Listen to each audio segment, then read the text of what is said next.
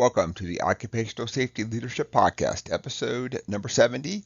And in today's episode, we're going to sit down and start to break down. This is going to be one of several episodes. Sit down and break down ISO 45001. I've known a lot of people who have done it. I'm in the process of doing it myself. I think it's an awesome, fantastic thing. Um, but like all things, there's going to be some negative things too, and we'll sit down and talk about, and not as in negative as in it can't be done and all the rest. Um, Everybody talks about the rosiness and all that, but when um, you put a management system in place, and certainly not just with ISO 45001, but if you did a ISO 9001, a 18,000, I mean not a 14,001 on the environmental side, then there's a culture change that takes place. And sometimes it's easy and sometimes it's not so easy. But let's sit down. We'll just do a very brief introduction on this one here, kind of talk about the Plan, Do, Check, Act, which most of us do every day in our life already. We just don't literally break it down into a cycle. And then we'll talk about some of the key benefits that some of the people I've talked to have told me. So let's just get right into it. So, in a nutshell, ISO 45001 is going to be a management system then. So, and in this management system, it's going to focus on occupational health and safety. And as any type of management system, it gives you a framework to identify, control, and minimize risks related to safety and health in the workplace. It's very similar the way it really kind of does the Plan, Do, Check, Act. When we think about ISO 9001 for quality on the environmental side, ISO 14001, ISO 45001 specifically talks about occupational health and safety. So let's break down the Plan, Do, Check, Act.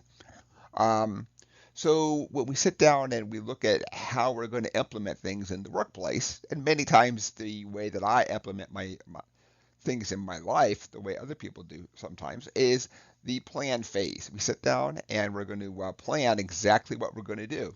In this case, for ISO 45001, the organization is going to look at the potential hazards, assess the risks out there, determine the controls, and how do you go back and mitigate those risks afterwards. In a perfect world, we've engineered out all the risks.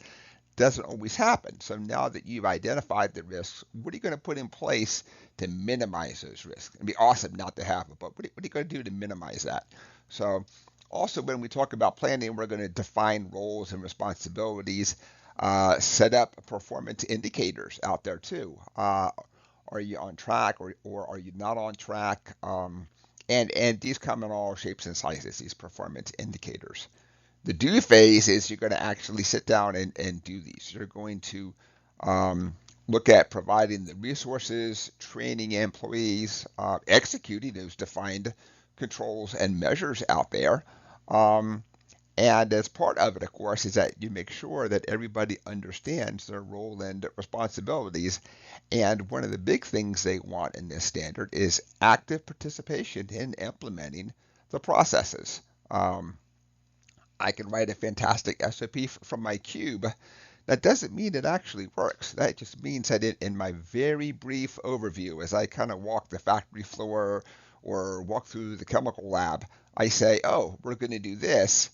That doesn't mean that it actually works. You always have to get the advice, input, everything you can, hopefully even ownership from the people who actually work there and know these hazards. So I read about the hazards and I watch these things. It's not the same as working with this all day and all night then. So let's continue on.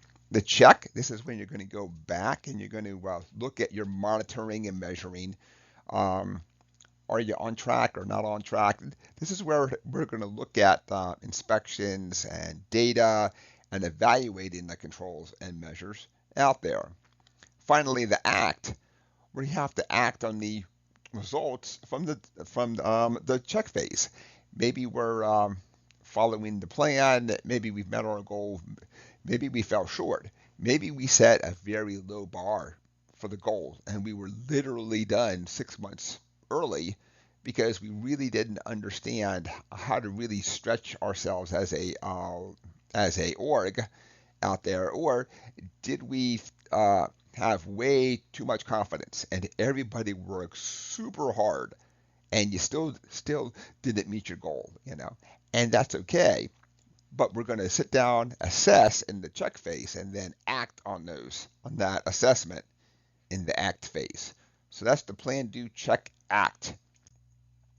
So let's talk about some of the key features, and some of these are ones that people have told me, and I kind of struggled to put it in words, and so I think I've come up with a good way to really describe this. So some of the key features of ISO 45001 is leadership and worker participation. So we've already talked about how that we really need to get input from the workers and all that. We also need to have leadership to give you commitment, and commitment is in the form of money, time, attitude. Attitude's really hard to say. Well, how can I participate by attitude? Well, if leadership has the attitude of, well, we do what we can, but there's going to be people who just get hurt. We're going to really try hard. We're not willing to spend money, but we're going to really try hard and see what we can do not to get somebody hurt. That's not that that's a bad attitude. It's better than, of course, actually not caring at all. But we really want to do everything we can not to get anybody hurt. And we want to go back once we identify a hazard, minimize that hazard. Ideal world, it's gone. We eliminate it, but we want to minimize it as much as we possibly can. We're going to look at a risk-based approach in this, which is a little bit different than before. OSHA has a lot of command and control, but with this one, it's really a risk-based approach. And just like when we had the worker participation, we also need to get input from the workers on this. And like all times when you get input from the workers, you have to go back and add a little bit of sanity to this whole thing also at the same time. Not that they don't come up with really good plans, but you have to sit down and really understand exactly help. You want to help guide them on what's realistic and what's not. So one time I was looking at implementing this over at a very small factory, and so we did all the classes. And when we came back, we noticed that one group had whatever the operation was, there was a serious chance of dying. And when you really sat down and broke it down, they took a lot of the scenarios to the nth degree, literally just scenarios. And even office scenarios. They said that you could be in your office and die, and that's because you were leaning back on your chair and hit your head when you fell down. That can happen, of course, but when we kind of talk about the foreseeable and not foreseeable things, let's really focus on the foreseeable. So they even had that you could be using the bathroom and die because you slipped and fell and hit your head on the sink when you were in the bathroom. I mean, it can happen, and it does happen, of course. It's extremely rare. So we want to sit down and look at adding some sanity into on the risk-based approach to things. Continuous improvement. It would be awesome if we were perfect every time. But continuous improvement means that you're getting better at all times then. So in my own work, I've been doing safety for close to 30 years, and the things I'm working on now are things that if you would have told me as a young safety professional, I never would have got to this point, because I would have just laughed at all the big things out there. But if you literally made a list of 100 things, and every year you're knocking off the top 4 or 5, you're making things safer and you're making things better, at some point you really are just working on things that you never thought in your career that you would ever get to. Because when you knock off a couple things high up on the list, well, that means that now the things that used to be a lower risk are now your highest risk, and you're working on those things too. So it's the continuous improvement out there. Um, I also found it was very easy to integrate ISO 45001 to the already existing ones out there, the ISO 9001 and the 14001 for environmental management. Did it make it so scary? It wasn't this different animal. It was just basically, hey, workforce, we're already doing ISO 9001 and 14001. Here's how we're going to sit down and complement it and look at the safety side at 45,001. So with some of the places that I went to, it was really easy to do because it was just part of this is just how we operate. Okay, we just add in safety, whereas other places that did not have ISO 9001 and 14001, it was a little more difficult to get traction because it literally was something brand new, something that the people had not heard of. Um, and there is resistance at times to coming up with a management system. I have run into people who say, but when you tell me I have a system, there's no outside the box thinking for me now because I have to operate 100% in the way our system is operating. And I could understand that. But when we talk about safety, we're probably not thinking about outside the box thinking when it comes to safety too much because we're trying to eliminate hazards, not trying to come up with different ways of operating the same way while not controlling the hazard. We're just going to run it a different fashion out there. And the legal compliance side then. So it would be awesome if everybody was following the law at all times.